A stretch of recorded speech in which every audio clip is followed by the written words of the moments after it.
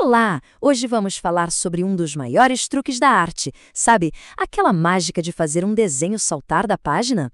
A ideia é desvendar os segredos por trás da criação de mundos 3D numa simples folha de papel. Pois é, toda a gente já olhou para um desenho super realista e pensou: como é que isto é possível? Parece pura magia, não é? Mas a resposta, na verdade, é bem mais um sistema do que se possa imaginar. Olhem só para esta imagem. É um truque visual clássico. Reparem como os edifícios parecem ficar mais pequenos à distância e as linhas da estrada parece que se vão encontrar lá no fundo. É exatamente assim que o nosso cérebro é levado a ver profundidade. A grande questão é, como é que se replica esse efeito? Ok? Então, vamos a isso? Vamos desmontar essa tal magia e transformá-la num conjunto de ferramentas que, na verdade, qualquer pessoa pode aprender a usar. Tudo na perspectiva se resume a duas regras de ouro. A sério, se dominarmos estes dois conceitos que vamos ver agora, já temos a chave para criar ilusões de profundidade muito, mas muito convincentes. Pensem na linha do horizonte de uma forma bem simples. É o nível dos nossos olhos. É ela que serve de âncora para a cena inteira. Para onde quer que a gente olhe, há sempre uma linha do horizonte, mesmo que esteja escondida. E é por isto que a linha do horizonte é tão fundamental.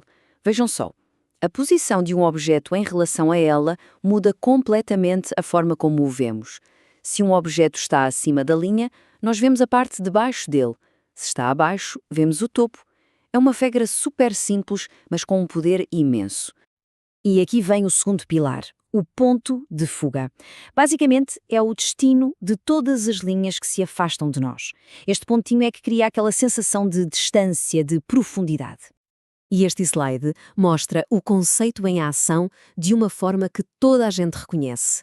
As bermas da estrada são paralelas na vida real, certo? Mas no desenho parece que elas correm uma em direção à outra até se encontrarem. Aquele ponto de encontro, lá no horizonte, é o ponto de fuga a fazer o seu trabalho. Bom, com estas duas regras na mão, já podemos começar a construir alguma coisa. A forma mais simples de perspectiva usa apenas um ponto de fuga. Vamos ver como é que isto funciona na prática? O ponto-chave aqui é o nosso ângulo de visão. A perspectiva de um ponto só funciona quando estamos alinhados com o objeto, a olhar diretamente para ele. Imaginem que estamos parados no meio de um corredor. É essa a ideia. O processo é incrivelmente lógico. Vejam bem. Primeiro, começa-se com uma forma 2D que está virada para nós. Depois, projetam-se os cantos dessa forma para o ponto de fuga. E, por fim, corta-se a forma 3D, definindo o quão profundo o objeto é. Este diagrama mostra exatamente isso. A partir de um simples quadrado, nasce um cubo com profundidade, com volume. Todas as linhas que se afastam de nós obedecem àquela atração do ponto de fuga. E o mais interessante é que este princípio tem escala. Se conseguimos fazer isto com um cubo, conseguimos fazer com uma sala inteira, um prédio ou até uma cidade. A lógica é exatamente a mesma. E é assim que se faz. Ao criar uma grelha que recua toda para o ponto de fuga, cria-se um chão ou um teto em perspectiva. A partir daí, qualquer objeto pode ser colocado dentro deste espaço e vai parecer que pertence mesmo àquele lugar. Ok, mas a verdade é que raramente olhamos para as coisas perfeitamente de frente. E se estivermos a olhar para o canto de um prédio, por exemplo? Para isso, precisamos de subir um nível. A diferença está toda no ponto de vista. Perspectiva de um ponto é para vistas frontais, diretas.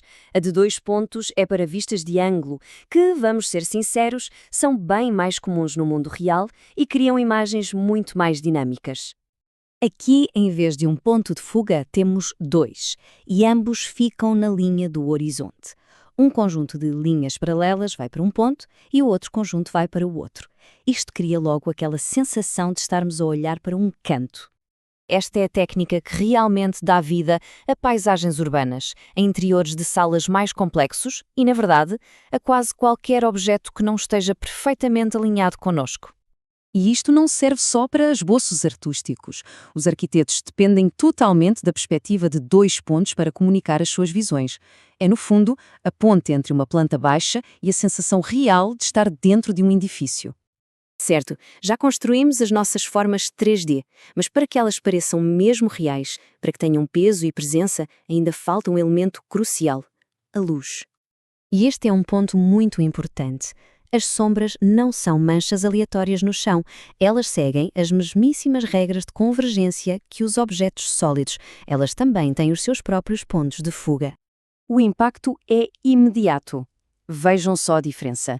Sem uma sombra bem desenhada, o objeto parece que está a flutuar, mas com a sombra correta, ele ganha peso, fica agarrado ao chão e define a superfície onde está pousado.